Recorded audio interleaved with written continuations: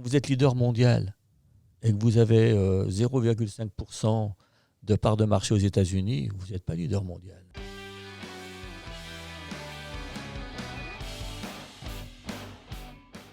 Bonjour. Bonjour. Bonjour Philippe Gallet. Bonjour. Aujourd'hui, on a l'honneur d'être au siège social de TSL. Bonjour Philippe Gallet, merci de nous accueillir chez vous. Bienvenue à TSL, à Anne-Sylvieux. Ce que je vous propose peut-être pour démarrer, c'est juste de vous présenter en quelques mots. Alors, Philippe Gallet, je suis le patron de TSL et puis aussi d'autres sociétés qui font de l'injection plastique principalement. Et aujourd'hui, j'ai 66 ans, 67 ans bientôt, dans 10 jours. Et donc, je ne suis pas encore à la retraite et j'y pense même pas. Et j'ai commencé avec TSL il y a quelques années, en 1986, dans le garage à la Clusaz. Et maintenant, on a une multinationale, toute petite. On va y revenir, mais peut-être que pour démarrer, on peut s'intéresser à Philippe Gallet, enfant. Alors, moi, je suis né à la Clusaz, en Haute-Savoie, donc. Mon père était moniteur de ski, guide de montagne, et ma mère était à la maison. Alors, il faut bien voir les choses. Dans les années 60, la Clusaz, c'était pas comme aujourd'hui.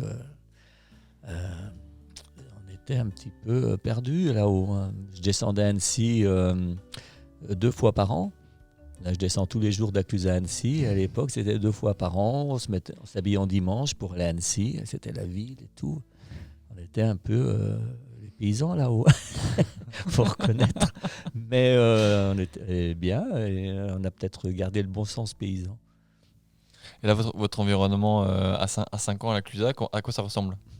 À 5 ans à la Clusaz, des fois on allait à l'école quand la route n'était pas dégagée dans une petite charrette avec des luges. Et s'il neigeait, on nous cachait derrière pour ne pas recevoir la neige. C'était c'était vraiment une autre époque, quoi. Et je sais que la route qui montait aux confins, par exemple, qui partait du village, n'était pas goudronnée, elle était en terre et en rocher, quoi. Et donc, il faut savoir qu'on était un petit peu les paysans. Quand je suis arrivé au collège à Thônes, il y avait de l'anglais, il y avait du latin. Pour moi, l'anglais, c'était une langue inconnue. Il faut dire qu'on n'avait pas la télé. Et le latin, c'était une langue vivante, que j'étais enfant de cœur. Donc, je compatis, moi aussi. le latin, ça me parlait, alors que l'anglais, ça ne me parlait pas du tout. Et donc, ça ne voulait pas rentrer d'ailleurs. Il y avait le curé qui était prof, il me donnait des coups de règle dans le ventre pour essayer de la faire rentrer et ça ne marchait pas, quoi.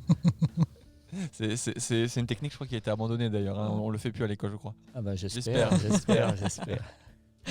Du coup, si on avance un peu peut-être sur votre adolescence au final, vous parlez de la découverte de la ville, presque Thônes, de l'école. C'est qui Philippe Gallet à 15 ans ? Alors, l'école à Thônes, c'était pour moi une prison, quoi. C'était une horreur. Et ensuite, j'ai des gourmands, donc j'allais faire cuisinier, donc j'avais voulu faire l'école hôtelière à Thonon. On avait fait des tests, ils voulaient que je sois ingénieur. Moi, je ne voulais pas, parce que je ne savais pas ce que c'était. Ingénieur, à la Clusaz, ingénieur, ça n'existait pas. Il y avait moniteur de ski, paysan, des métiers boulanger, hôtelier, mais ingénieur, non. Et donc, je voulais faire absolument l'école hôtelière. Et je suis allé à l'école hôtelière à Thonon en stop, comme un grand. Là, j'ai vraiment fait un grand pas. Et donc, je suis allé à l'école hôtelière de Thonon, qui m'a beaucoup apporté du point de vue travail. C'est-à-dire, c'est là où j'ai appris à bosser. C'est là où j'ai appris à ne pas compter mes heures, à bosser le week-end. Pour moi, bosser le week-end ou la semaine, c'est pareil. Faire 60 heures par semaine, c'est le minimum. Puis voilà, donc ça m'a beaucoup servi par la suite. Côté, on va dire, cuisine, si, qu'on fait du plastique, la raquette, on fait un peu de la cuisine, on fait chauffer du plastique, il faut qu'il ait une certaine teneur et tout, donc il y a toujours un petit côté comme ça. Recette. Voilà, recette, mais ça m'a appris à bosser quand même. Ouais. Et voilà, donc l'école hôtelière, là ça me plaisait bien. Mais j'ai remarqué qu'il faisait très chaud dans les cuisines. Et j'ai dit, il faut quand même que j'aille peut-être un peu plus loin que le BEP, le CAP cuisine. Alors j'allais au brevet de technicien atelier. Et là, il y avait de la compta, de la gestion. Et là, vraiment, ça me bottait bien. Et donc, j'ai fini le meilleur de l'académie là, dans ces matières-là. Et ensuite, je suis allé faire des UT gestion à Grenoble. Et des UT gestion dans l'amphi, on me demande ici, il n'y a pas de passe droite, etc. Tout le monde a le bac. Est-ce que quelqu'un n'a pas le bac? J'avais un brevet de technicien hôtelier. Mais j'ai été pris sur dossier, vu que j'avais un bon niveau en gestion. Et pendant le premier trimestre, j'ai vraiment bossé, parce que j'ai dit, j'ai pas le bac, ils ont tous le bac, moi je suis perdu là. Et en fait, au bout d'un trimestre, j'étais dans le top 3 ou premier, j'en sais rien, enfin bon, dans les meilleurs. Donc après, j'ai bien relâché, j'ai beaucoup fait travailler les bars de Grenoble. C'est important aussi. Bah oui, c'était important parce que c'était quand même mon métier de base d'hôtellerie et tout. Donc j'allais voir pour pas perdre la main ce qui se passait derrière le bar, quoi. Très belle pirouette. Et pendant cette période-là, est-ce qu'il y a encore beaucoup de ski ou du sport ou des hobbies en parallèle? Alors, j'ai toujours fait du ski. Mon père a été directeur d'école de ski ensuite, après d'être moniteur. Et donc, il cherchait souvent des moniteurs pour les vacances. Donc, à partir de l'âge de 16 ans, je me portais pas, que ce soit à l'école hôtelière ou à l'IUT gestion. Et je revenais tout bronzé en disant, voilà, j'étais malade pendant 15 jours. Et pendant 15 jours, j'avais enseigné. Ça faisait aussi mon argent pour me payer mes études, entre parenthèses. Et donc, les vacances de Noël, de février, j'enseignais 15 jours à Noël, 15 jours en février. Et ensuite, j'ai passé le monitorat de ski, etc., ce qui m'a permis d'enseigner pendant longtemps. Donc là, vous développez, je dirais, en tant que étudiant puis professionnel ou pré-professionnel. Vous faites votre brevet de technicien hôtelier, vous faites de la compta, de la gestion. Qu'est-ce qui se passe après ça? Est-ce que vous rentrez dans le monde du travail ou vous y étiez déjà et vous y allez encore plus? Qu'est-ce qui se passe? Alors, après le DUT gestion, je voulais continuer parce que j'étais un brillant élève, en fait. C'est vrai. Et non, je me débrouillais bien. La prof de compta disait, regardez Galet, moi, lui, il est sérieux. On est à 19-20 de moyenne. Mais j'ouvrais jamais mes cahiers, ça rentrait tout seul. Et puis, la cuisine, ça vous manquait pas à l'époque? Non, pas trop, non. Et le soir, je faisais plutôt la fête. Et pourtant, je faisais des bonnes notes. J'étais un exemple. Et je voulais donc continuer à faire une maîtrise de gestion, une expertise comptable. Mais là, il fallait le bac. Alors j'ai dit, je ne vais pas encore repasser le bac, c'est complètement ridicule, c'est la France. Et donc, j'ai dit, bon, allez, stop, j'arrête. Et je suis rentré chez une grande société qui s'appelait Borel. À l'époque, qui était hyper connue pour ses restaurants d'autoroute, qui étaient des gastronomiques, ou le compteur de gastronomique, je ne sais pas exactement, mais plutôt le contraire, qui avait une très bonne réputation. Et Borel avait racheté le groupe Sofitel. Donc j'ai fait mon stage chez Borel. Et ensuite, je suis rentré à Sofitel à Roissy, où là je suis rentré en cuisine. J'ai repris mes premières amours, mais en disant, bon, moi je ne vais pas rester en cuisine toute ma vie. Et au bout de 6 mois, je dis, bon, écoutez, vous êtes gentil, mais moi, il faut que j'évolue. Et donc j'ai commencé à évoluer. Et en 2 ans, j'ai fini directeur restauration. J'avais 23 ans, j'avais 70 personnes sous moi, quoi, en fait. Et je me débrouillais bien. Et ma carrière était toute tracée, par contre. J'allais être directeur d'hôtel, directeur régional, directeur peut-être national d'un pays ou quelque chose comme ça. Aventure, zéro. Et donc, j'ai toujours eu envie de me mettre à mon compte. Et j'ai dit, bon, allez, je vais retourner à la montagne et je vais prendre un restaurant. Donc, j'ai pris un restaurant à la Clusaz, en gérance. Et j'ai lâché Sofitel. Alors, les gens, ils étaient... mes parents disaient, c'est pas possible, tu as vu la situation que tu as là-bas. J'étais en costume cravate tous les jours. C'était la classe. Et, on connaît ça, oui. On les a abandonnés. Ouais, ça allait être ma question, parce que du coup, cette décision, ça a été pour les gens autour de vous, j'imagine, une surprise. Comment vous avez géré ça? Les gens, ils ne comprenaient pas. Ils disaient, non, il faut rester là. Tu as la place que tu as, j'avais un très bon salaire. Le matin, j'allais bosser le matin tranquille à 9h. À midi, je mangeais à la cafétéria ou à la pizzeria qu'on avait dans l'hôtel. C'était à 360 chambres, c'est le Haussmann maintenant qui est à Roissy.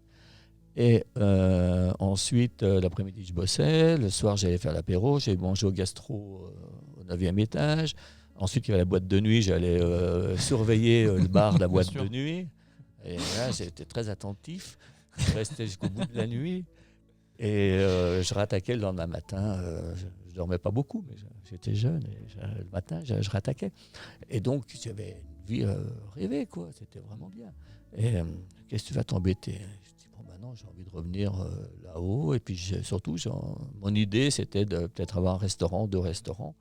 Et d'ailleurs, très vite, j'ai eu un autre restaurant à Grenoble. Je me suis associé avec un collègue qui avait fait la DUT gestion, qui ne connaissait rien en restauration. Donc, je suis allé bosser avec lui pendant 15 jours pour l'épauler, peut-être un mois, peut-être, pour l'épauler pour démarrer. Et puis, le problème du restaurant à la Clusaz, c'était j'étais face aux pistes. Donc, quand il faisait beau, j'avais plein de monde, je ne pouvais pas aller skier. Quand il faisait mauvais, je pouvais aller skier, mais ce n'était pas terrible.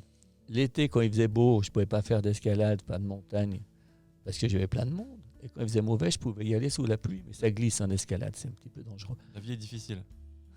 Dilemme là, mais un vrai dilemme. Non, mais au bout de 2 ans, j'ai tout arrêté. J'ai dit, attends, j'étais en train de vivre une vie de fou, là. Sofitel, j'allais manger au gastro et tout. Là, je remplaçais le cuisinier, le plongeur, la serveuse. Je passais la serpillière par terre. C'était du point de vue boulot, c'était un intérêt, on va dire, mineur. Du point de vue, par contre, satisfaction, pas grand-chose, quoi. Et donc, c'est sûr, le restaurant, au début, c'était difficile. J'ai réussi à le faire monter. Après, ça faisait la queue quand j'ai arrêté. Mais le truc, c'est que je me dis, attends, là, je suis en train de passer à côté de ma vraie vie. Je suis en train de vivre une vie de con, quoi, voilà, pour être simple, pour être clair. Et on vit qu'une fois. Et ça, c'est un petit peu aussi un leitmotiv pour moi et pour les gens qui m'entourent. C'est important de se faire plaisir dans le boulot. Et que les gens soient heureux. Et c'est un des trucs qui est le plus important pour moi. Pour moi, c'est tellement important pour moi de m'éclater au boulot. Je veux que tout le monde s'éclate aussi. Et des fois, il y a des gens, pour des raisons XY, ils disent non, ça ne me dit plus rien, etc. Je dis quel est ton projet ? Je les encourage plutôt. Au lieu de leur dire non, on reste là. Non, je dis c'est ton choix et c'est bien, il faut y aller. Et c'est ce que j'ai eu la chance, moi, de faire un peu toujours ce que je voulais. Donc, au mois de mars, j'avais le restaurant. J'ai dit non, à la fin de saison, je dis non. Au mois de mai, il était vendu. Très mal vendu, parce que le gars qui a repris, j'ai fait un crédit, il a déposé le bilan. 1 an après, du coup, il ne m'a jamais payé, mais c'est pas grave, c'est une question d'argent, c'est pas grave. Et par contre, moi, je faisais du ski, après j'ai refait le moniteur de ski, l'été, l'accompagnateur, parce que pour passer l'aspirant guide, il fallait passer l'accompagnateur. Et l'automne, le printemps, avec ma pioche, je faisais des sentiers pour les villages, la Clusaz, Grand Bornand, Thônes, etc. J'ai fait le menuisier, j'ai fait plein de métiers, mais j'étais bien, j'étais content. Quand vous avez lancé vous repris le restaurant et que vous aviez en tête d'en reprendre d'autres et peut-être d'en lancer d'autres, est-ce que c'était par amour, par poursuivre votre premier amour de la gastronomie, de la restauration, ou alors c'était plutôt déjà d'avoir une première perception de cette liberté entrepreneuriale et volonté entrepreneuriale ? Non, c'était une volonté entrepreneuriale, c'est pour être libre, faire ce que je veux, de mener ma barque, et puis voilà, et côté aventurier. C'est comme la montagne, vous allez faire une voie d'escalade, c'est parce que va vous arriver, comment ça va passer, ça va bien se passer, mal se passer, etc. Il y a un côté aventure qui est intéressant. C'est bien passé jusqu'à maintenant. Ouais, ça va. Et, je ne me vois pas du tout travailler dans l'administration, par exemple. Moi, je suis là, je dis les pauvres. Quand j'ai l'inspection du travail qui vient me voir, je dis la pauvre, elle n'a pas de chance, quoi. Moi, j'aimerais juste qu'on revienne sur parce que vous avez toujours dit que vous aviez du plaisir, c'était important pour vous. Il y a une vraie notion de travail derrière ça. C'est-à-dire que pour être libre et faire ce qu'on veut, j'imagine que derrière, il faut quand même avancer. Alors, comme je disais tout à l'heure, l'école hôtelière m'a appris à travailler beaucoup. Quand j'avais le resto de la Clusa, je travaillais le soir jusqu'à 2 heures du matin. On faisait des soirées avec des fois des films, des fois la musique, etc. Et le matin, j'étais debout à 6 heures pour faire les croissants, pour aller livrer le club hôtel au-dessus. Et donc, pour pouvoir faire tourner ce truc-là, je faisais, je sais pas, 12 heures par... Combien ça fait là 24 moins 6, ça fait... 18, ça fait 18, ça fait beaucoup. 18 heures par jour, 7 jours sur 7. Mais c'est pas un problème, je faisais un truc qui me plaisait. Le jour où ça m'a plus plu, j'ai vendu le resto, point barre. Et donc, dans ma vie, si je prends TSL, j'ai bossé tous les week-ends, j'ai fait la semaine, je m'occupais de TSL, par la suite, hein, pas tout à fait au début. Les week-ends, j'allais faire les Coupes de France de raquettes pour lancer l'activité, etc. Je rattaquais le lundi. Je n'ai jamais compté mes heures, mais je ne travaille pas, je m'amuse. Le truc, c'est que même aujourd'hui, je dis, la retraite, ouais, bon, j'y pense pas. Pourquoi ? Parce que je m'amuse. Je n'ai jamais vraiment travaillé. À Sofitel, je m'amusais. Boîte de nuit et tout, je m'amusais. Ah, vous étiez rigoureux. Non, mais je travaille beaucoup, mais avec plaisir. Le jour où je me fais plus plaisir, Sofitel, le jour où je me suis plus fait plaisir, j'avais envie d'autre chose, j'ai arrêté. Les gens ils disaient non. Le resto, le jour où j'ai dit stop, j'ai arrêté. La décision, elle a pris 5 minutes. Hein. Et le but, c'est que les gens soient heureux. Et que moi, je suis heureux dans mon boulot et je veux que les gens soient heureux. On n'y arrive pas toujours. Hein. Des fois, il y a des surprises, on va dire. En vous écoutant, c'est assez quand même précurseur comme façon de penser parce qu'au final, c'est le type de mindset, d'état d'esprit que de plus en plus de gens ont maintenant en 2021. Là, on parle d'il y a 30-40 ans. De ne pas suivre, je dirais, un schéma social préétabli et des pressions sociales. À l'époque, j'imagine que j'étais pas tout à fait né ou presque. C'était pas forcément évident. Qu'est-ce qui vous a développé dans ce sens-là ? C'est votre éducation, c'est vos parents, c'est vous-même, votre connaissance de vous-même ? Alors, je pense pas que ce soit mes parents. Les parents, comme tous les parents, ils veulent que les gamins puissent avoir un travail fixe. Sofitel, c'était parfait pour eux. Par contre, ils étaient bien contents que je retourne à la Clusa. C'est toujours comme ça. Hein. Voilà, bon. Ils n'étaient pas mécontents. Le truc, c'est... Non, je me suis jamais trop préoccupé des autres, ce qu'ils pensaient et tout. Moi, je fais ma voix. Si ça leur plaît, ça leur plaît. Ça leur plaît pas, c'est pas un problème. Tout le monde ne vit pas pareil. Sinon, on serait peut-être tous fonctionnaires. Les fonctionnaires sont très heureux. Hein. Certains, oui. Ouais, je pense. J'espère pour eux. Hein. Il y en a, mais je vois que ça m'attriste quand je vois les gens qui vont au boulot, qui disent « Oh là là, on va au travail. Il y a le confinement, vous vous rendez compte, on va au travail, et puis on rentre à la maison. » Et puis le lendemain, on retourne au travail, et après on rentre à la maison. Mais c'est une horreur. Je dis, je dois pas bien s'amuser au boulot, quoi. Et, alors que moi, je rentre à la maison, j'ai fait ça pendant toute ma vie, je ne m'en suis pas aperçu. Bon, j'étais peu à la maison, hein, mais bon. Et, mais le truc, pour moi, j'ai toujours fait ce que j'ai envie de faire. Vous avez suivi ce sur quoi vous étiez à l'aise en fait. Vous avez suivi votre instinct aussi. Ouais, et puis non, puis je faisais les sentiers entre saisons à l'époque. J'étais content de faire les sentiers, c'était sympa. Faire les sentiers, à tracer un tracé. Dans la montagne, il y avait une montagne, et on traçait un sentier pour les touristes. J'ai dit, tiens, moi quand je vais au col de la Buffle, je dis, tiens, ce sentier-là, c'est moi qui l'ai fait. J'ai fait de la menuiserie. Je passe devant un chalet à la Clusa, je dis, tiens, c'est moi qui ai fait le bardage là. Au début, je ne dis pas, hein, quand j'ai commencé à planter les clous, j'étais pas bon du tout. Mais bon, le truc, je me satisfais aussi des fois peut-être de métiers que les gens disent, ah ben non, je ne vais pas faire ça.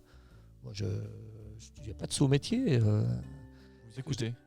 Et puis ce que je dis à l'atelier, je dis attention, par exemple, ce que vous faites, c'est pas un saut métier.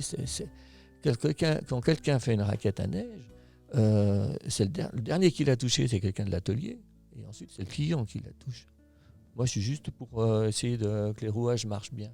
Et donc, les gens, c'est hyper important. Leur job est plus important que le mien. Le mien, je me gourre un peu, ça se voit pas trop. Eux, ils se gourrent, le client, il gueule. Donc, c'est pas pareil. Donc, ils sont peut-être plus importants que moi dans l'entreprise. Je pense qu'ils sont même plus importants que moi. Vous parliez de vos activités estivales de sentier. Aujourd'hui, vous êtes leader mondial dans votre domaine. Qu'est-ce qui s'est passé ? C'est de la chance. Le hasard. Non, quand j'ai arrêté le restaurant, je fais plus. J'ai fait le tour. Je m'occupais d'une boîte. Allez hop, rideau. Maintenant, je fais un truc dans la nature, dehors. Il y a ce côté-là aussi. Hein. Peut-être j'étais en avance maintenant. Les gens veulent refaire ça aussi. Et donc, ça m'allait très bien. J'adore enseigner. Enseigner le ski, c'est génial. Les gens n'y arrivent pas, on les conseille, ils apprennent quelque chose, on leur apporte quelque chose. On a le résultat immédiat. Des fois, c'est un peu long, suivant les gens, mais on a quand même un résultat relativement immédiat. Et les gens sont heureux. Donc, on amène du bonheur, c'est quand même sympa. Et donc, c'est des métiers qui sont bien, même si des fois il neige, ça caille, on s'habille, hein, c'est tout. Bon. Et le TSL, c'est le hasard un peu, c'est-à-dire avec un collègue qui s'appelle Raymond Tovex, qui est le père de Candide Tovex, qui fait du ski là. Et donc, il n'est pas mauvais d'ailleurs, je crois. Comment ? Il n'est pas mauvais Candide Tovex, je crois. Non, il n'est pas mauvais, ouais. Et donc, avec Raymond, après les cours de ski, on posait les skis à 4h30. À 5h30, on était prêt à repartir avec des clients. À 6h, on prenait des clients. On les amenait faire de la raquette à neige. On rentrait à minuit, 1h, 2h du matin. C'est mon côté nocturne, mon côté obscur. Je le suis bien depuis le début, c'est le fil rouge. Et donc on monte avec les clients sur 150 mètres de dénivelé, un truc, on mettait 1 heure tranquille, on mangeait la fondue savoyarde et on redescendait 4-5 fois par semaine. Donc 5 fondues par semaine sur une saison d'hiver. À la fin de l'hiver, des fois vous mangez un steak frites, vous aimez bien quoi. Bon. Et donc il fallait aimer la fondue, hein, bien entendu. Et donc on amenait les gens faire de la raquette. À chaque sortie, on avait à peu près une raquette qui cassait. Donc, on avait des raquettes TSL qui étaient qu'un chausson caoutchouc, etc. Et on faisait ça pendant une saison. On a fait ça une saison, 2 saisons. Et la 3e saison, on n'arrivait plus à avoir de matériel de rechange parce que la société TSL était au bord du dépôt de bilan. Donc, ils cherchaient quelqu'un qui puisse gérer. Donc, moi, mon restaurant, il faut savoir que j'avais fait la gestion, j'avais pas de comptable, j'avais fait la gestion de A à Z. Qui puisse gérer, qui puisse mettre dessous dedans. Donc nous, on a mis 8 000 francs chacun, on a augmenté le capital avec Raymond. Et moi, je dis, je vais bien prendre la gérance. Donc j'ai pris la gérance et donc on s'est occupé de TSL après les cours de ski. Et avant la fondue, quoi. Enfin, entre les deux. Donc là vous étiez à 50-50 ou alors, Non, j'avais 16%. D'accord. Non, les autres actionnaires sont restés, on a augmenté le capital. Et donc, on a pris 16% chacun avec Raymond. On avait donc 8 000 francs sur 50 000 francs, 16%. Et donc, on connaissait les problèmes. Donc, première chose qu'on a fait, avec l'augmentation de capital, on a modifié le moule, on a regardé les matières. On connaissait très bien les points faibles des raquettes et on a fiabilisé les raquettes. Donc là, on est en 86. Hein. 86, ouais. Dans un garage à la Clusaz. Eh ben, on a pris, on montait les raquettes dans le garage avec les actionnaires le samedi. 4-5 samedis sur l'hiver, puis un petit peu moins le soir avec Raymond. On faisait 1000 paires de raquettes par an. Hein. C'était pas non plus le gros marché. Le marché n'existait pas. C'est-à-dire, si on avait fait une étude marketing, on aurait vite arrêté. Comment on motive des gens à monter des raquettes en 86 alors qu'il n'y a pas de marché ? Et on en fait quand même 1000 par an, c'est quand même pas mal. Non, c'est les actionnaires, tout le monde, puis on fait le resto derrière. Donc, Il y a ça, c'est toujours un truc- important. motive. il y a toujours un truc la nuit. Hein. On trouve une motivation quand même. Non, mais on se pose même pas la question. Tout le monde, c'était des années fabuleuses à quelque part. Hein. Bon, j'étais plus jeune, c'est pour ça que je dis ça. Mais à quelque part, c'est des années fabuleuses parce que on était tous actionnaires, on n'avait pas de dividendes. D'abord, on a sauvé l'entreprise. Parce que quand j'ai pris, elle avait 100 000 francs de chiffre et 100 000 francs de perte. Donc, elle était très mal. Et donc, le truc, c'était nous, on voulait surtout, avec Raymond, les pièces détachées pour pouvoir continuer à manger la fondue. Et donc, on a continué. Et ensuite, après, on se dit, bon, bah, tiens, il faut peut-être qu'on évolue. On dit, tiens, il faut une raquette pour les femmes ou pour les enfants, les ados, quoi, un truc plus petit. Donc, on a commencé à faire une raquette un peu plus petite. En 88, on était déjà 88-89, on était à 500 000 francs de chiffre. Et on est passé de 100 000 à 500 000 en 2-3 ans. Alors j'ai tout changé le réseau commercial, c'est-à-dire en fait à l'époque c'était mal, c'était clair. TSL fabriquait les raquettes, il passait par un agent commercial qui prenait la marge, mais qui ne s'occupait pas des clients. La preuve en est, c'est que j'ai pris moi un VRP. Et l'agent commercial, il s'en est aperçu au bout de 3 ans. Il y avait sur le même secteur que lui et quelqu'un qui tournait. Bon. Et donc j'ai changé le système. J'ai dit non, maintenant, au lieu que tu prennes la marge, c'est nous qui prenons la marge, on augmente nos prix, le prix de vente ne change pas. Enfin, bon, on a changé le schéma de répartition de richesse, on va dire. Et donc ça, c'était le premier point important pour la société. Là, on est sur un marché local français. Là, on a commencé. Alors, la première année, on a été dans 17 magasins. Ensuite, on a commencé à exporter un peu plus loin. On a exporté à Annecy. On était sur Thône. Hein. Donc, on a exporté à Annecy. Ensuite, on a exporté à Chambéry. Après, on a fait du grand export à Grenoble. Wow. Ouais, non, mais là, toutes les années, ça a évolué comme ça. Ensuite, on est allé jusque dans les Pyrénées, et Alpes du Sud, et même à Paris.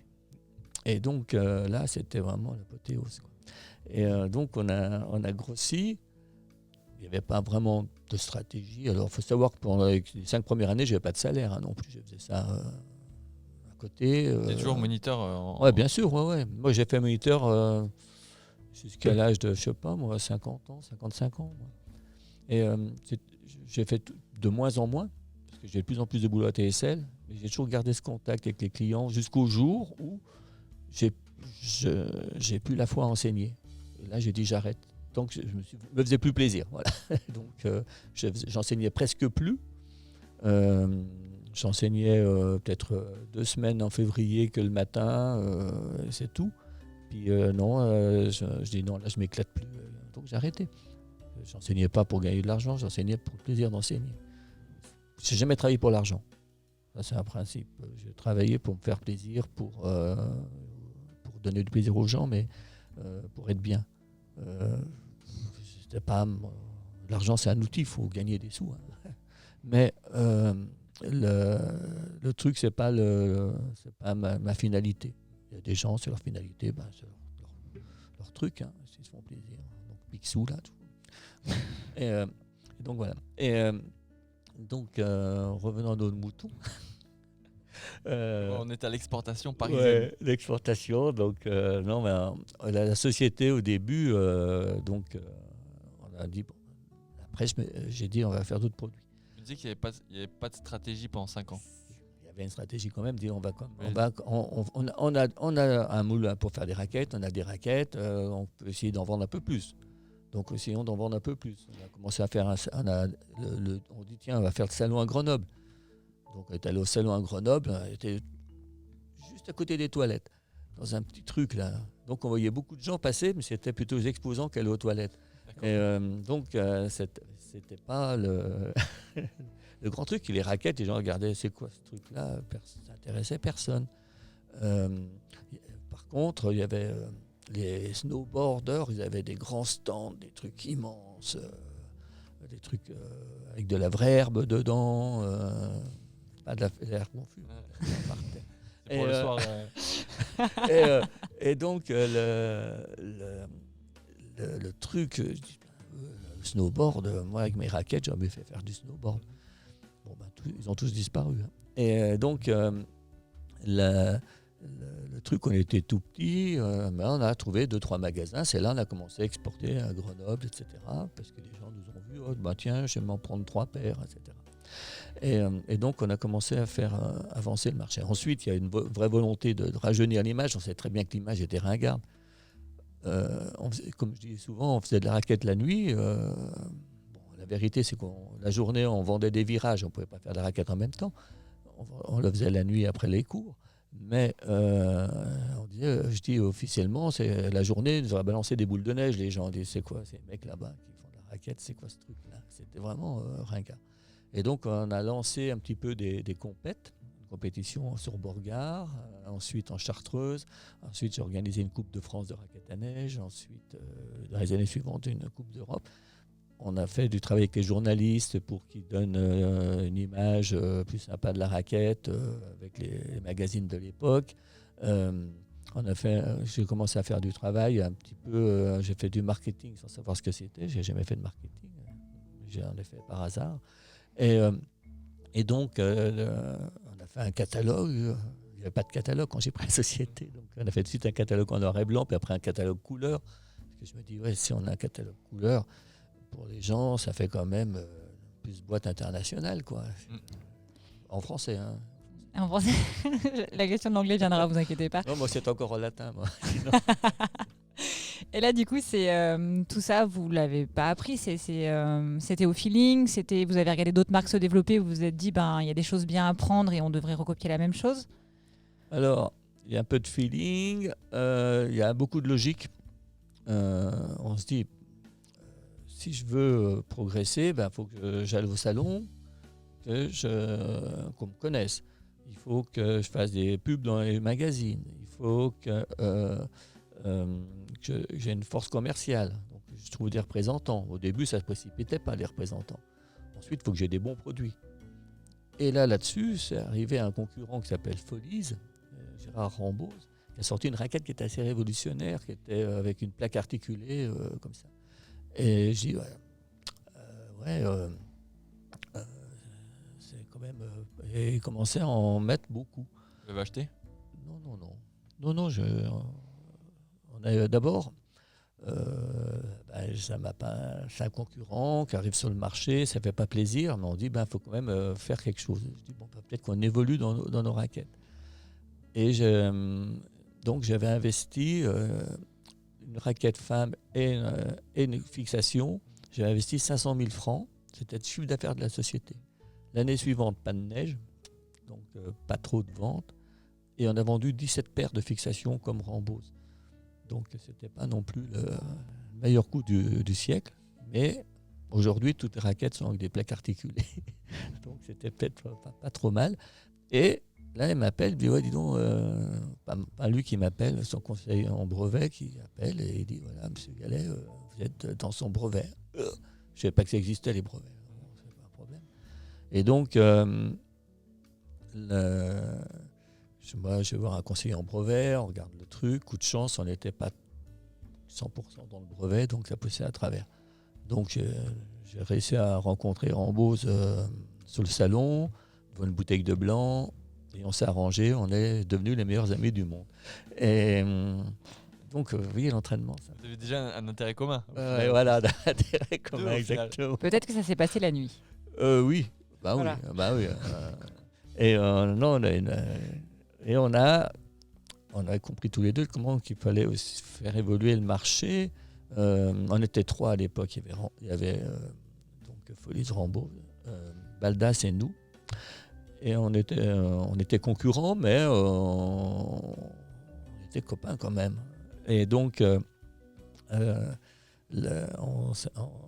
comprenait que n'importe comment, si on veut vendre plus, il faut quelque part, tous les 3, faire évoluer le marché. C'est-à-dire c'est plus facile de vendre plus si le marché est gros que s'il est tout petit. Donc, voilà. Et ensuite... Personnellement, après, je me dis, TSL, il faut je fasse attention quand même, parce que je vois toutes les sociétés, on a vu ça dans le snowboard par exemple, il y a les précurseurs, nous on était les précurseurs tous les trois, et puis à la fin il ne reste plus qu'un souvent. C'est-à-dire les autres se font bouffer par les grosses marques qui arrivent. Et donc c'est aussi dire tiens, faut peut-être quand même que je réfléchisse à prendre une certaine taille. C'est pas pour écraser tout le monde, c'est pour survivre. C'est toujours l'instinct de survie à quelque part. Et on se dit, sans grande stratégie, on se dit, la logique, c'est quand même d'avancer. Et donc, j'avais appris les brevets, donc après, je dis, quand on fait quelque chose, on brevette. Voilà. Et donc, j'ai déposé une 60aine de brevets dans ma vie, quoi. Et j'en dépose toujours. Et pour survivre, faut sortir les meilleurs produits, se faire connaître plus que les autres, etc. Et donc, on a réussi à monter comme ça au fil des années. Ensuite, on faisait du monoproduit, monosaison. Donc, on s'aperçoit que c'est hyper dangereux. Donc, on se dit, tiens, il faut essayer de passer de l'export Grenoble, Pyrénées, d'aller passer de l'autre côté de la frontière, d'aller un peu en Suisse. Et donc d'exporter sur différents pays. Comme ça, s'il n'y a pas de neige en France, il y en aura peut-être en Suisse, peut-être en Italie, etc. Et je vous interromps dans cette approche-là, parce que c'est quand même intéressant, je pense, de comprendre votre schéma de pensée, je dirais, parce que vous avez quand même pris énormément de virages, de pivots, de choix. Vous avez fait des choix stratégiques qui ont, au final, marché dans le grand, je dirais, sur la longueur. Il y en a qui ont peut-être un peu moins marché, comme l'histoire de l'articulation. Comment ça se passe, ces prises de décision ? C'est vous qui vous posez avec votre écosystème proche ? C'est vous qui vous asseyez avec vos concurrents ? Vous avez des mentors ? Il y a des personnes qui vous conseillent ? Ou c'est votre sens paysan qui... Alors c'est d'abord mon sens paysan. D'abord, jusqu'en 92, je n'avais pas d'employé, donc c'était clair. Je pouvais décider que par moi-même. Avec les actionnaires quand même, on discutait. Quand on a décidé de faire une plus petite raquette, on a discuté entre nous. Ensuite, débrouille-toi. En fait. Et le truc, c'est le bon sens, quoi. Si on veut, on se dit tiens. Puis après, il y a des sociétés quand même autour qui sont un exemple. Si on prend Salomon, j'ai déjeuné une fois avec M. Salomon. Lui était à la retraite déjà. Et il dit un conseil que je vous donne, c'est de maîtriser votre réseau commercial. On dit tiens, c'est peut-être intéressant comme truc à faire. Oui. Voilà. Ensuite, si on prend toujours Salomon, en diversification, maintenant ils font plus de produits été que de produits hiver, surtout cette année. Bon. Mais d'une manière générale quand même. Donc ils ont réussi une bonne diversification. Donc on dit, nous, il faut exporter puis se diversifier. Et donc, c'est pas inventer la poudre, je fais comme les autres. Donc il y a des gens ou des organisations en plus de en complément de votre, je dirais, bon sens paysan, qui vous ont partagé leur schéma de pensée ou quelques idées simples sur lesquelles vous vous êtes concentré ? On regarde un petit peu ce qui se passe autour. Alors, on va dire, si j'ai des qualités, j'aime mes cheveux. Mais à part ça, on a la même. Non, vous avez plus que moi. Et donc, en termes de qualité, je pense que j'ai le bon sens. Peut-être le bon sens paysan, une certaine logique. Et je suis curieux. C'est-à-dire, je m'intéresse à tout. Donc, je m'intéresse à plein de choses. Et pour ça qu'on arrive à évoluer. Donc, je vois ce qui se passe dans d'autres domaines, etc. Et je vois, par exemple, j'étais toujours très attentif sur le marché de la raquette. Au début, on a fait de la compète en raquette pour donner une image jeune. Et ensuite, j'ai plutôt levé le pied. Parce que je ne veux pas que les gens pensent que la raquette, ça se fait seulement en courant. La raquette, ça peut se faire en courant, mais c'est plutôt contemplatif, c'est du loisir, etc. Il y a des gens qui étaient très forts, c'était les gens en planche à voile. Dans les années 80, les planches à voile sur le lac d'Annecy, il y avait 500 gars le week-end, planche à voile, des grosses planches bien larges, bien longues, bien confortables. et qui traversaient le lac d'Annecy avec un vent force 1. Ils allaient manger de l'autre côté, pique-niquer, puis ils revenaient de l'autre côté. Et ça marchait très très bien, la planche à voile. Tout le monde avait sa planche à voile. Et ensuite, ils ont commencé à communiquer sur la planche à voile un petit peu fun. C'est-à-dire, les gens, ils faisaient des sauts sur les vagues. Puis après, il y a des gens qui avaient faire des loopings avec la planche à voile. Donc, le pimpin comme moi, avec ma planche à voile, j'ai l'air d'un idiot. Frustré. Ah ouais, je dis, dès qu'il y a un force 2, je tombe. D'ailleurs, je la sors pas d'ailleurs. Bon. Et donc, je dis, j'ai l'air ridicule.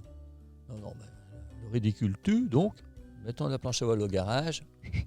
Du coup, il n'y a plus de marché planche à voile. C'est-à-dire, ils ont tué le marché en communiquant mal dessus, en faisant de l'image extraordinaire qui fait rêver. Eh ben, ils ont tué le marché. Et donc, moi, je dis, attends, raquette, c'est un truc pépère quand même, contemplatif. Une fois, j'étais avec le directeur marketing d'un concurrent aux États-Unis, en anglais, là, je n'étais pas en latin, je parlais. Et donc, il me dit, ouais, aux États-Unis, le marché, il baisse un peu, on le relance, on va relancer un peu plus la compétition et tout. Je dis, mais non. Là, on a des tire-bouchons en forme de raquette, DSL. Je dis, la raquette, c'est ça, c'est le tire-bouchon. On part se promener, on s'assied, on ouvre une bouteille, ça revient, c'est le fil jour. Et donc, un peu de reblochon ou de gouda pour les Américains, je ne sais pas ce qu'ils mangent comme fromage.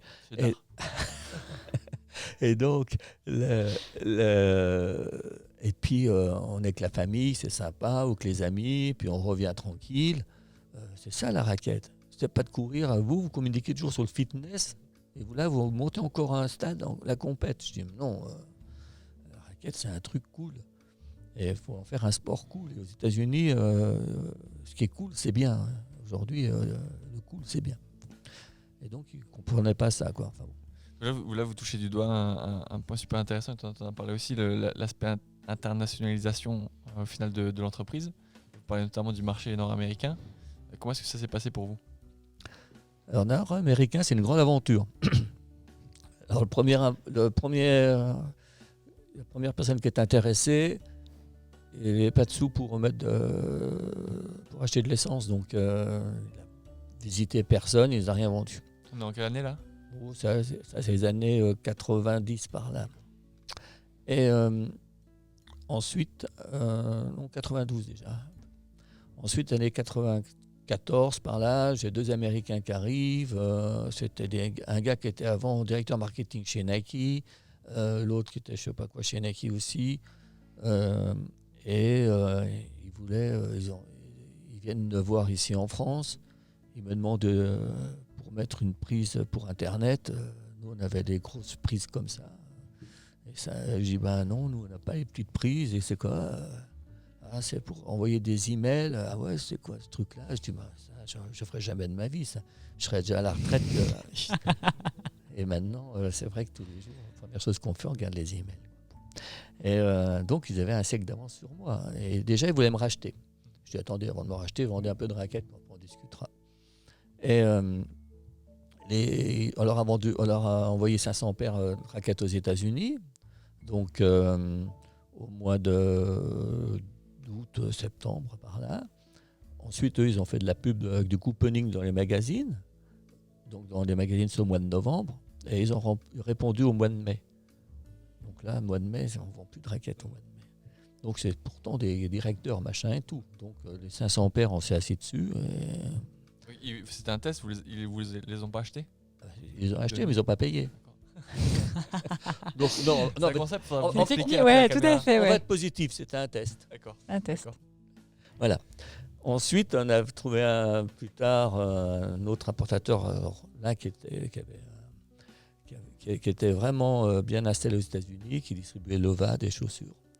Et par contre, lui, c'est business et risque zéro. Donc déjà, il a pris, pour être sûr qu'en dollars, il ne se plante pas, il a pris un coef de 3 ou 4. Comme ça, il dit déjà, si le dollar il fluctue, nous, on sera bon. Donc on avait un prix haut sur le marché. Deuxième chose, dans la mentalité des Américains, les raquettes en plastique, le plastique, c'était pour faire des poubelles, pas pour faire des raquettes. Donc les raquettes aux États-Unis, c'était en aluminium, avec un tour aluminium. Tout le reste est en plastique, mais pour eux, c'est une raquette alu. C'est du tube. Tubulaire, ouais. Et donc c'était difficile à vendre. On avait un prix pour la poubelle qui était vraiment trop cher. Et donc, ça n'a pas marché. Et donc ça, c'est les années 98, 99. Par là. Et ensuite, en 2004, là, mes concurrents, Tubbs, Atlas, se font racheter par K2. Et K2, toute la production qui est américaine, ils la transfèrent tout en Chine. Et là, je dis, là, il y a une fenêtre pour nous. Je m'installe à Burlington où il y a Tubbs. Je reprends le personnel de Tubbs. Je fais des raquettes d'aluminium avec des gens qui savent les faire, parce que nous, on ne sait pas les faire. Donc, on fait des produits qui correspondent au marché. Et on a du made in US.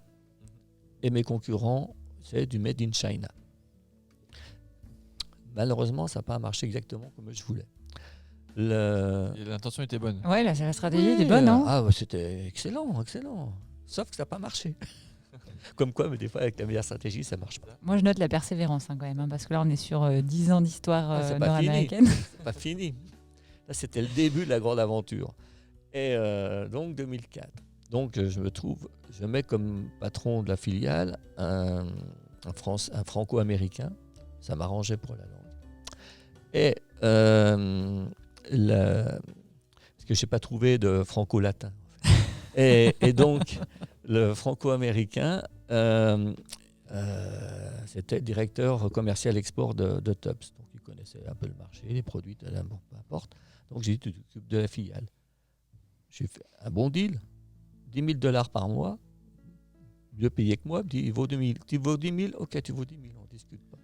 Quand vous offrez un salaire comme ça à quelqu'un qui va au final être un acteur clé sur un nouveau marché, à quel statut vous êtes-vous en France ? Vous êtes solide déjà ou Oui, c'était donc 2004, c'est qu'on a acheté le bâtiment ici. Donc là, ça marchait du tonnerre.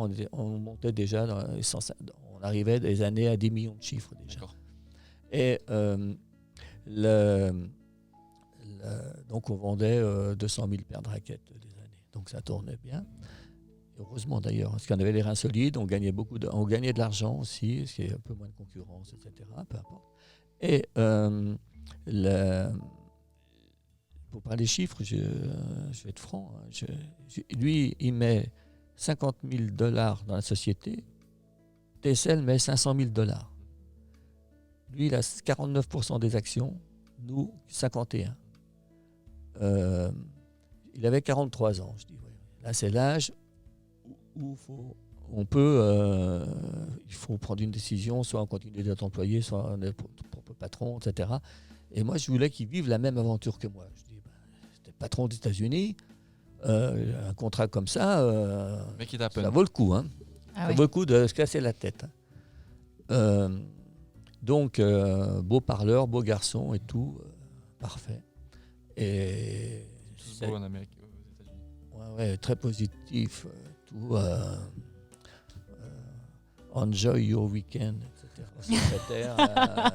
Ça n'a pas aidé pour apprendre l'anglais, ça. Et les filles, j'étais toute folle ici. Là. Oh, il est bien. Quand il présentait les trucs, beau parleur et tout. Et donc,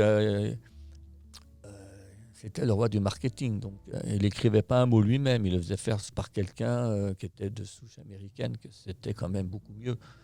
Alors que moi, j'ai toujours fait un peu par moi-même. J'ai toujours débrouillé un peu. Donc, il m'a quand même coûté $600,000 la première année. Donc, on a bouffé $600,000. On n'a pas vendu grand-chose. Par contre, il allait jouer avec le gouverneur du Vermont, qui a failli être président des États-Unis. Il jouait au golf. Hein. C'était la classe. Bon, c'est nous qui payons le golf. Et donc, il s'avérait qu'on payait le golf, on payait le Sofitel, on revient à Sofitel, voilà, ça fait à Montréal avec sa copine qu'il avait à l'époque. On payait, on a quand même payé des vacances à toute sa famille à Las Vegas. Tous les téléphones de la famille, c'était sur la société. Mais il me dit, c'est comme ça aux États-Unis. Aussi, un mois de vacances aussi en France aussi. Enfin, Et prenez du plaisir au travail, c'est important pour vous. voilà, donc Oui. moi c'est positif, je dis c'est bien, voilà un gars qui a vraiment tout compris, quoi. Donc c'est important. Et donc il m'a encore recruté à peu près 400 000 $500 la deuxième année. Et en fait ça avançait quand j'allais là-bas, quand j'étais pas là-bas, le gars c'était le patron de la filiale TSL. Donc il se roulait les mécaniques là-bas avec l'Audi TSL.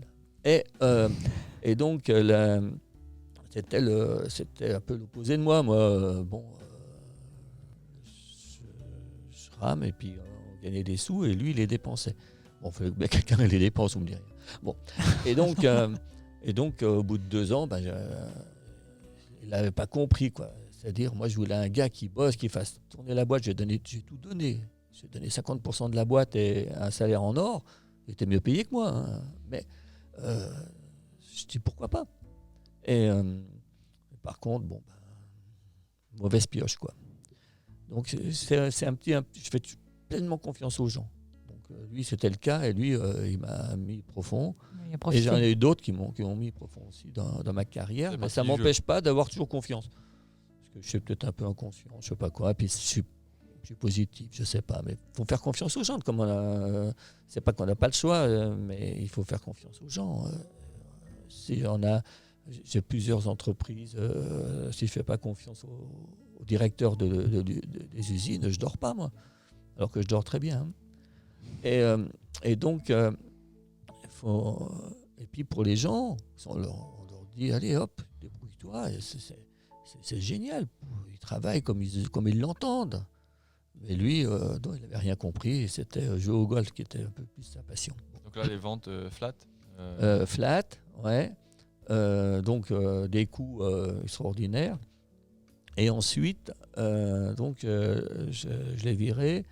Et pas de chance, il y a une société américaine qui fabrique aussi des raquettes en Chine qui s'appelle Yukon Charlie et qui a fait descendre les prix des raquettes. C'est-à-dire, les prix des aluminiums en prix public, c'était par exemple $300. Elles sont passées à $200. Donc nous, il fallait qu'on les vende $100.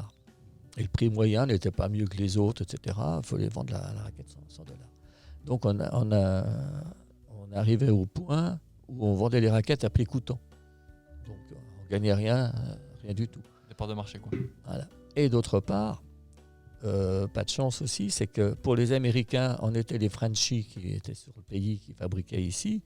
Mais les raquettes américaines, c'était toujours ceux qui ont créé le marché là-bas, Tubbs et Atlas qui avaient créé le marché, qui étaient toujours les raquettes américaines dans leur tête. Dans leur tête, ça ne changeait pas. Et là, ça restait de la raquette en aluminium pour TSL. C'était de l'aluminium. Ouais. Et on vendait un petit peu de plastique à côté. Et qu'est-ce que je vais dire? Il part de l'entreprise. Ah non, mais lui, j'ai viré donc en 2006. Après, j'ai pris un autre gars qui n'était pas commercial, c'était pour faire tourner la boîte. Mais quand il n'y a pas de commercial dans une boîte, au bout d'un moment, ça casse la figure. Et d'autre part, on avait ce problème de prix de revient. Donc, le truc, c'est qu'en 2014, donc en 2019, on a sorti la raquette qui est derrière moi, qui s'appelle la raquette Symbiose, qui est une raquette souple. Et donc, j'ai dit, bon, allez, on arrête les raquettes aluminium. Officiellement, on va leur dire, une bonne raquette se doit d'être souple, et donc en aluminium, on ne sera jamais souple. Donc, du point de vue message, Donc, et puis pour sortir la tête haute de cette affaire. Donc là, vous faites une campagne marketing ou pas du tout? Vous remplacez juste les On produits? a fait le salon, etc. Mais en fait, il n'y avait pas de commercial. On avait un directeur là-bas qui rentrait en marche arrière dans les magasins, s'il rentrait dans les magasins. Donc les ventes, tout, ça descendait. Et d'autre part, Tubbs, en face, pour conquérir le marché européen, avait sorti une raquette plastique.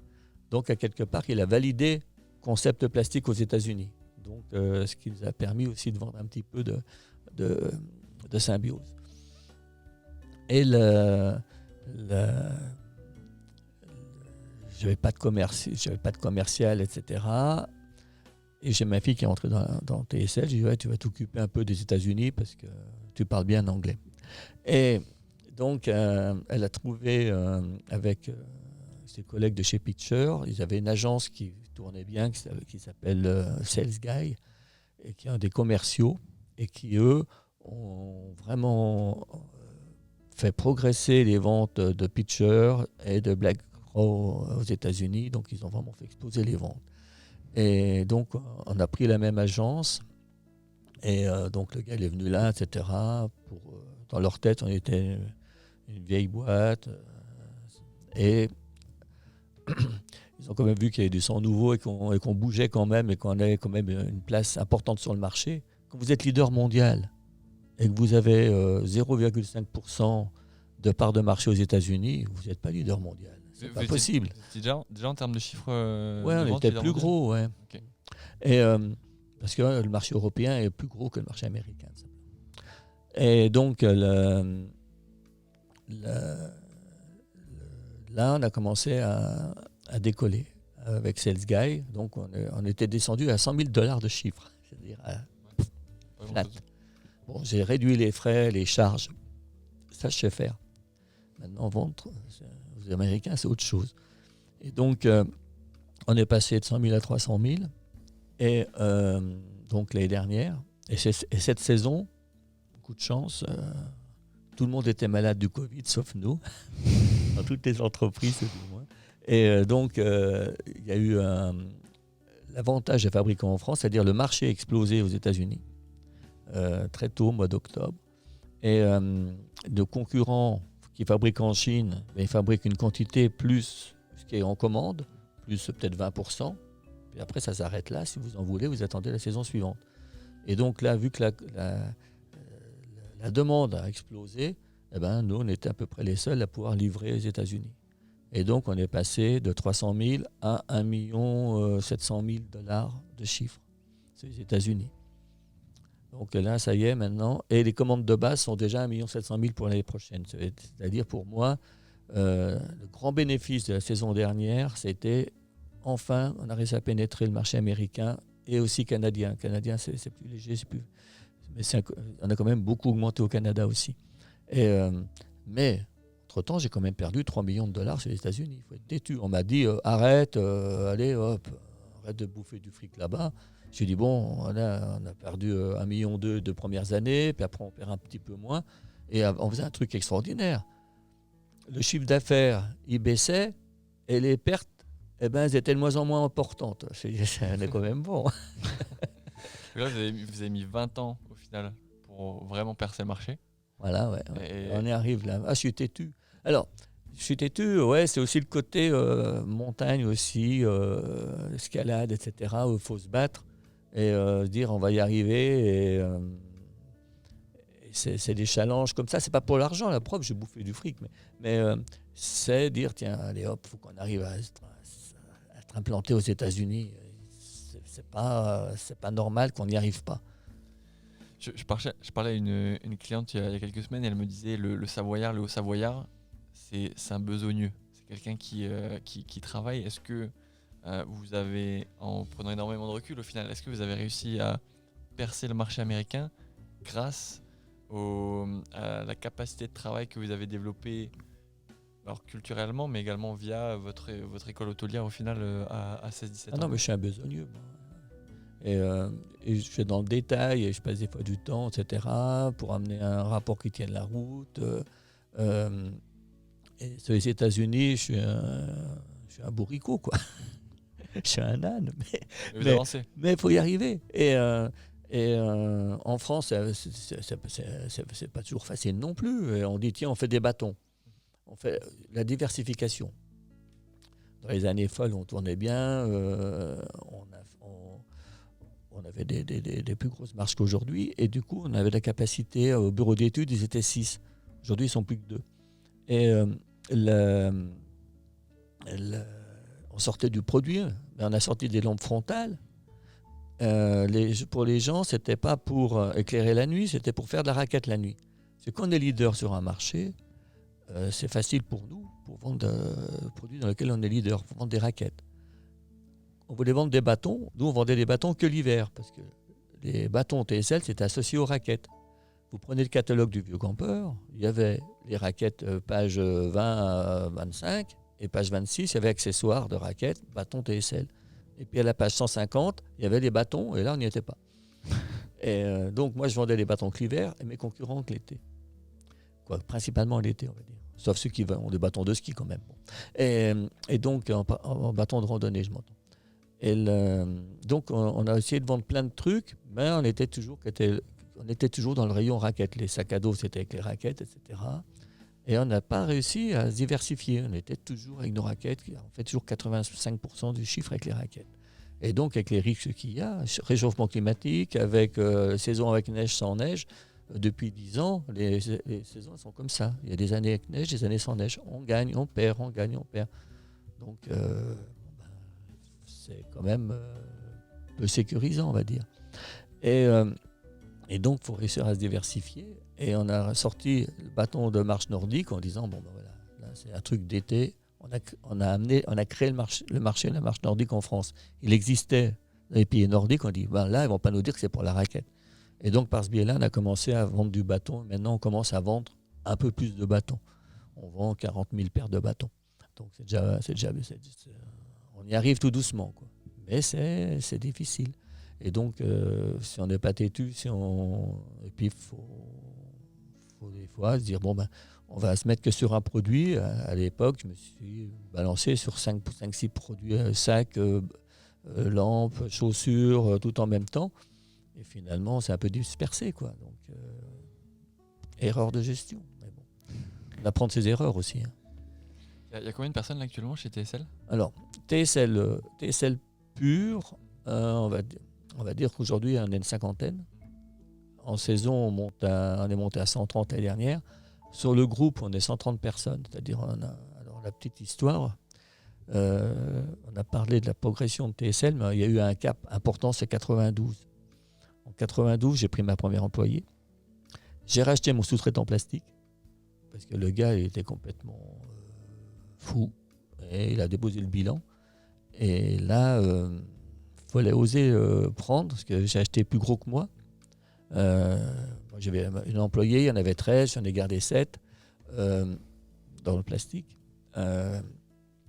Mais pour moi, je me suis dit, tiens, ça c'est nos raquettes, c'est majoritairement du plastique. Si on maîtrise la production verticalement, on a des chances de répondre aux demandes. Et ça, c'était une des meilleures choses que j'ai faites.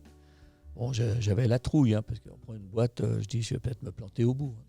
Et le truc, par contre, je dis, c'est important pour répondre à la demande, s'il y a de la neige, pas de neige. Que le gars qui me faisait les raquettes à l'époque, j'avais des raquettes beiges et des rouges en 92. Il me dit, moi je fais les beiges au mois d'octobre, au mois de novembre et les rouges en décembre. Je dis non, mes clients ils veulent au mois de novembre des rouges et des beiges. Ah non, parce que moi quand je change de couleur, on perd des raquettes. Je dis, mais je vous les paye, je m'en fous, mais faites-les moi, quoi. Et c'est un exemple. Et le gars, je reviens toujours sur ce type-là aussi. Il y avait une secrétaire qui était au bureau. Et la secrétaire, rien qu'en arrivant, quand elle avait pensé qu'elle travaillait avec cette énergumène, elle pleurait, rien qu'elle pensait qu'elle allait bosser avec lui. On a été très bien accueillis et je pense que les personnes qui travaillent avec vous sont très contents. Non, mais ça va chez nous. Mais là, c'était une horreur. Et là, c'est pour ça que c'est aussi ce truc-là qui m'a marqué beaucoup. Elle m'a raconté son histoire. Et quand j'ai repris la boîte, je vais la voir le lendemain matin. Je dis, voilà, c'est moi le patron maintenant. Et donc, vous me gardez? Je dis, oui, pourquoi ouf. Parce que vu que j'en ai gardé que la moitié. Et je lui ai dit, mais vous n'avez pas d'ordinateur? Elle dit, ah non, moi, patron d'époque, il m'a dit que moi, je serais incapable d'utiliser un ordinateur. Bon, c'est vrai que je me posais la même question pour Internet, moi. Mais bon. Et donc, j'ai dit, non, mais attends. Allez, on va se mettre devant l'ordinateur. La machine à écrire, on va la mettre à côté.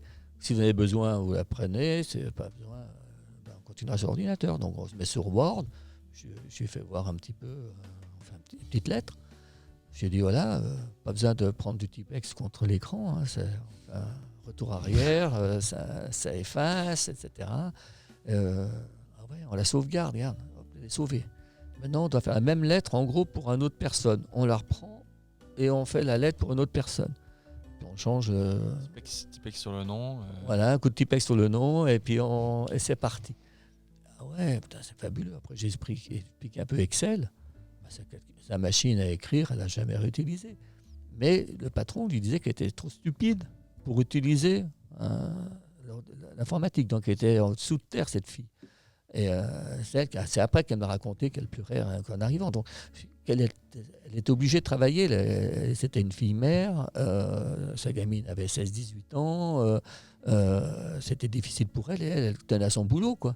Et donc, elle venait travailler, mais à contrario. Moi, je veux pas que les gens, chez moi, aient la même situation. Et pourtant, ça m'est arrivé. Ça m'est arrivé, c'est-à-dire avec un petit chef qui faisait de l'harcèlement moral sur toutes ces filles qui avaient joué au grand chef, quoi, au mauvais chef, quoi. Il y a une question qui me taraude. Vous avez travaillé, vous travaillez peut-être avec des gens qui ont fait des grandes écoles, qui sont peut-être très bons. Vous avez travaillé avec des gens qui étaient des patrons chez Nike, des patrons chez vos concurrents, ça n'a pas marché. Comment aujourd'hui vous recrutez? Comment est-ce que vous sélectionnez les bonnes personnes pour rentrer chez TSL? Alors, la première employée, Cécile, elle n'avait pas le grand bagage, elle avait un bac plus 2. Mais elle se rappelle de l'interview, moi je ne me rappelle pas. La question que j'ai demandé si elle buvait du rouge. Et donc, chacun ses critères. Et donc, c'est aussi au feeling. Je cherche déjà sur le CV, je vais regarder si quelqu'un est intéressé par la neige, par la montagne, par le truc. Si le hobby, c'est uniquement la poésie et de lire et de je sais pas quoi. Je ne parle pas de l'atelier, je parle des gens en encadrement au bureau. Après l'ingénieur, je regarderai l'ingénieur qui s'occupe, qui sont là-bas. Il y a le chef de bureau d'études, il est guide et moniteur de ski. C'est la passion en fait. Et donc je regarde d'abord, c'est difficile, il faut la sentir la neige, il faut connaître. Vous voulez faire une raquette, si vous ne savez pas que la neige glisse, vous allez avoir du mal, quoi. Et donc, nous, c'est sûr que on sera à Marseille en ce moment, on parlerait de produits. Je ferai sans doute des palmes et des combinaisons de plongée, ou des bateaux, j'en sais rien. Et donc, ce que je regarde, c'est la globalité. Je regarde les diplômes. Si je veux un ingénieur, je vais prendre un ingénieur quand même. Mais entre plusieurs, ce qui va compter, c'est ce qui est en bas du CV, ses hobbies, ses machins, ce qu'il fait à côté, etc. Et donc, c'est ce qui compte aussi. Et des fois, c'est bientôt au feeling. Je vois mon bras droit en gestion. Je l'avais jamais vu. Je l'ai embauché. Si, je l'avais vu une fois comme ça, au bar. Parce que c'était une fille qui travaillait ses week-ends dans un resto pour payer ses études. Donc elle a un bac plus 5 et elle était courageuse. Et je dis, cette fille, elle a le niveau, elle est simple, elle est courageuse. Je lui dis, elle cherche du travail. Je dis au patron du restaurant qui me dit, elle cherche du boulot. Je dis, tu me l'envoies, puis j'ai embauché, elle est toujours là. Donc, ce côté qui me plaisait, c'est peut-être mon âme d'école hôtelière ou je ne sais pas quoi. Non, mais c'est quelqu'un qui bosse. C'est une bosseuse. Alors, elle compte pas ses heures, hein, un peu comme moi, mais elle s'éclate au boulot. Donc, sans arrêt, elle vient bosser le samedi et tout, je m'arrête un peu. Donc, là, avec le télétravail, elle peut bosser chez elle, ça se voit pas. Tout à l'heure, vous nous avez évoqué votre fille au sein de TSL. Et moi, je me demande la place de votre entourage dans tout votre développement, dans vos projets, dans où est-ce que vous en êtes aujourd'hui? Mon entourage et mon garde-vue. Alors, j'ai tout consacré. Ma seconde famille, c'était celle, peut-être ma première famille. Et j'ai passé plus de temps au travail, mais tout le monde passe plus de temps au travail que chez eux. C'est la raison pour laquelle je veux que les gens soient heureux au boulot. Ça, c'est un principe numéro 1. Mais j'ai passé énormément de temps et au détriment un petit peu de la vie familiale, etc. Ça, c'est clair. Et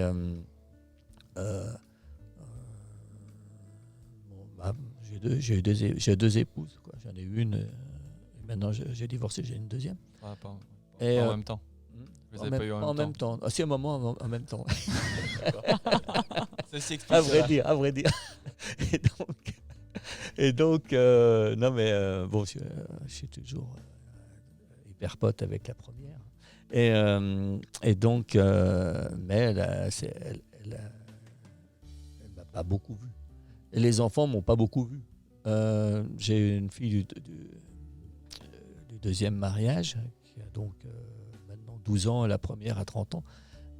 Et par exemple, avec la troisième, qui a maintenant 26 ans, 25 ans, je suis allé au ski l'année dernière avec elle. Et là, elle me dit, tiens, papa, c'est la première fois qu'on skie ensemble. C'est-à-dire, j'ai jamais pris le temps de skier avec ma troisième fille. Les premières, deuxièmes, j'ai dû skier peut-être 4-5 fois avec. Donc, avec la plus petite, j'essaie d'y aller un peu plus souvent. Mais je faisais que bosser. Comment le week-end, je bossais. Donc, j'allais skier avec leur mère. Je faisais que bosser. J'ai fait que bosser. Faut reconnaître, je suis un besogneux. Ouais. Si quelqu'un voulait se projeter sur un schéma peut-être similaire au vôtre ou qui vous écoute et qui est inspiré par votre parcours, est-ce que avec maintenant plusieurs décennies de prise de recul par rapport à votre évolution et le développement de votre carrière, est-ce que cet aspect-là, vous le changeriez ou vous feriez la même chose parce qu'au final, vous avez pris du plaisir, vous êtes équilibré Non, mais c'est pas trop mal non plus avec la famille. Et c'est vrai que mes parents, mes enfants me voyaient peu. Et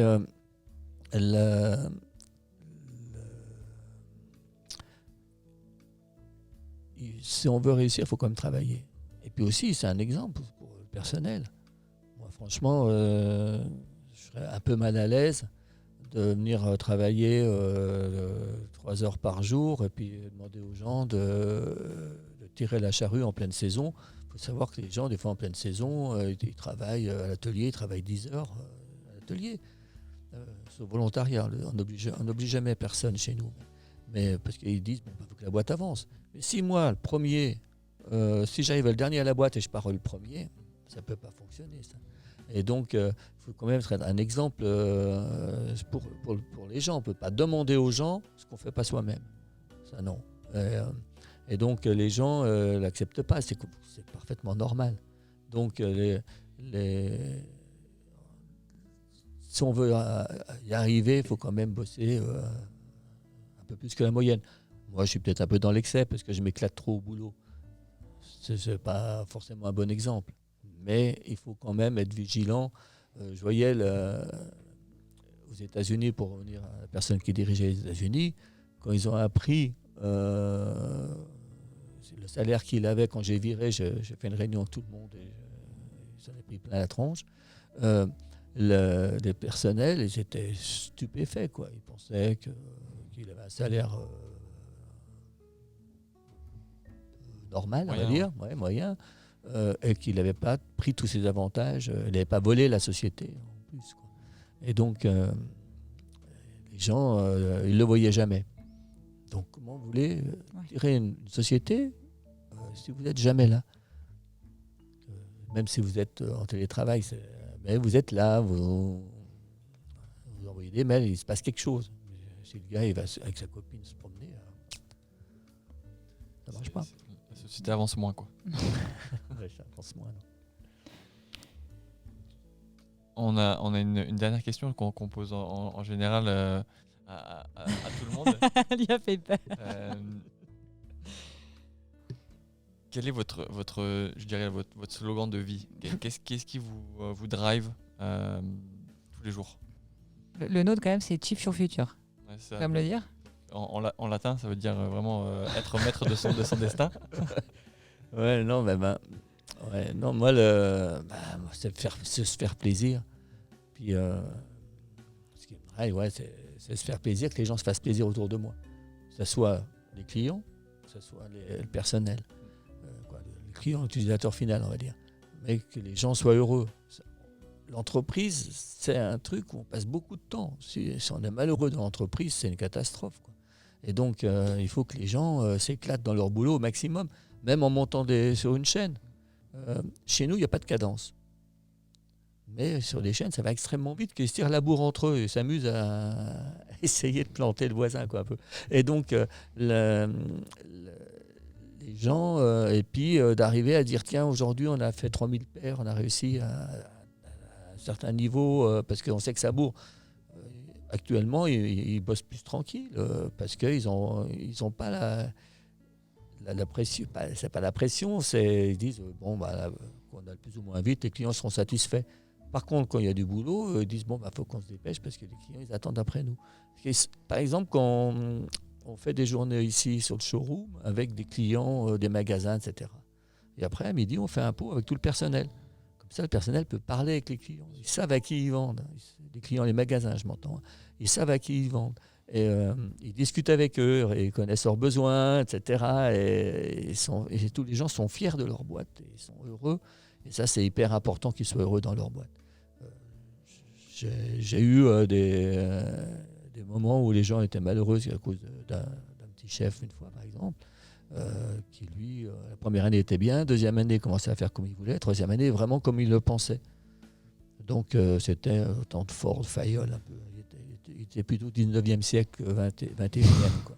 Et donc, voilà. Et donc, il avait des principes. Pas de radio dans l'atelier, alors qu'on peut mettre la radio, je suis désolé. Le mercredi, une jeune veuve devait amener ses enfants chez le Toubib. Non, le mercredi, on n'emmène pas les enfants. Le mercredi, on bosse, vous débrouillez. Par contre, lui, le jeudi, il allait à la chasse. Hein, ça, c'est normal. Vous voyez, donc, c'était le contraire de moi. J'aurais plutôt accompagné la dame chez le Toubib, quoi. Enfin, bon. On ne se connaissait pas avant aujourd'hui, avant de se parler. Mais je voulais quand même vous remercier, en fait. Parce que sans le savoir, vous avez été les 3-4 heures d'oxygène que je m'autorisais par semaine pendant le lancement, en fait, de votre entreprise en 2019. Et du coup, en fait, je vous ai ramené ma paire de raquettes. Je crois que c'était une bouteille. Non, mais s'il avait su. Ma paire de raquettes TSL, et je vous avouerai que j'ai jamais demandé d'autographe à personne.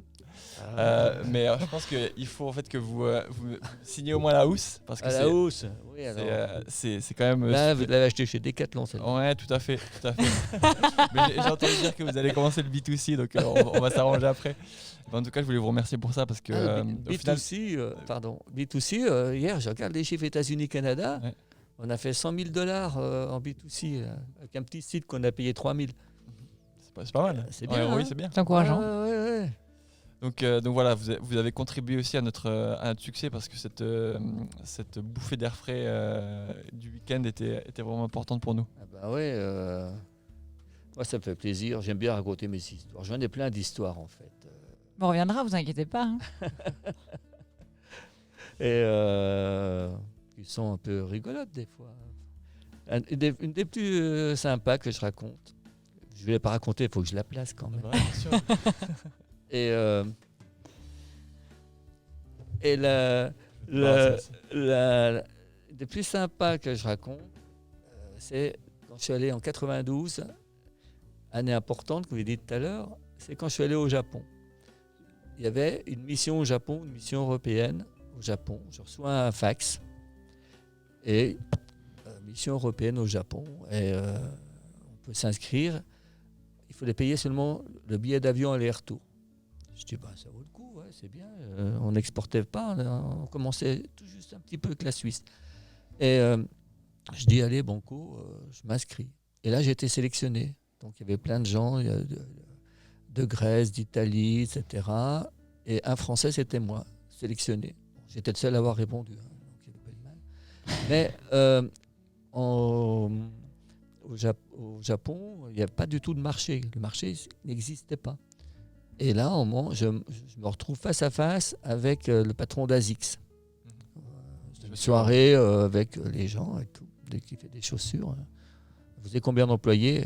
J'en ai 7. Non, 8 avec Cécile. Je venais d'embaucher Cécile et j'avais les 7 d'injection.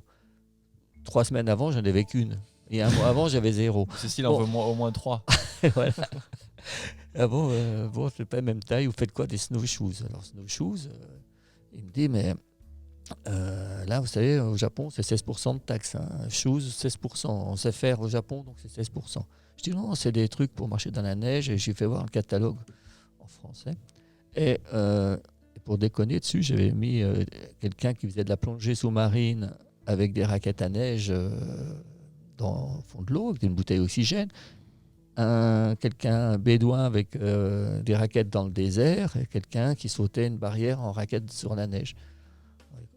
On commence à me demander quelles sont les parts de marché en plongée, en désert et dans la neige. Donc on voyait bien que le marché était vraiment inconnu au Japon, quoi. Et donc la com avait bien marché.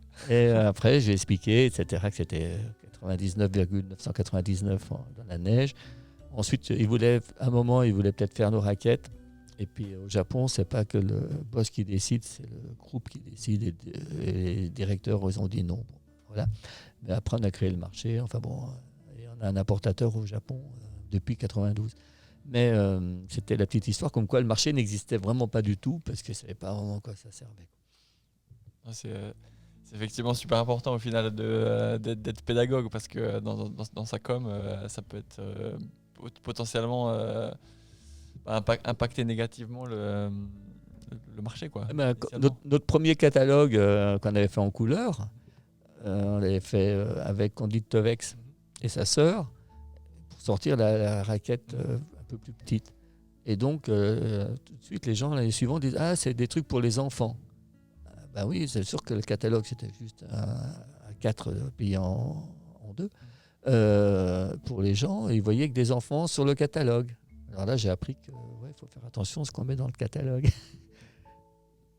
En tout cas, moi je voulais vous remercier, Philippe, pour votre temps et puis toutes ces histoires. Je pense que... Ouais, pour votre honnêteté, votre transparence. Je pense que c'est exactement ce qu'on attendait. Donc on vous remercie beaucoup. Ouais, et puis ça prouve aussi que à force de travail, quoi qu'on veuille faire, on peut le faire. Et puis il ne faut jamais abandonner. Non, il faut être courageux, mais il faut avoir un brin d'optimisme aussi. Il faut toujours être optimiste. Il ne faut pas se laisser abattre quand il y a un problème. Moi, j'ai eu plein de trucs. J'ai des années des fois difficiles, mais ça ne change rien, on avance et puis on y va, quoi. Puis voilà, il faut rester optimiste. Faut pas... Si on est pessimiste, vous allez voir une banque et vous êtes comme ça, ça va mal. Ça va marcher. C'est mort. Par contre, si ça va très mal, vous dites ouais, ça va aller bien demain, en expliquant pourquoi, le pourquoi du comment. Parce que si vous dites ça va aller bien demain, ah ouais, et pourquoi? Ah bah je ne sais pas préparer la réponse. Et donc c'est important d'être optimiste et d'être optimiste pour la société. Parce que quand ça va mal, c'est une mauvaise année, le personnel, il a aussi le moral au fond des choses. Bien sûr. Et si vous n'êtes pas là à mener la barque, à être optimiste, à leur dire non, mais attends, tout va bien se passer pour telle et telle raison, les gens, ils n'avancent plus. Ils ne font plus rien. C'est tout bloqué, c'est tout mort. Donc c'est vachement important aussi d'avoir de l'optimisme, la joie de vivre, et que tout le monde soit heureux, quoi. Oh, merci pour ce mot de la fin, il est parfait. Parfait. Merci Philippe Gallet. Merci beaucoup. Merci à vous.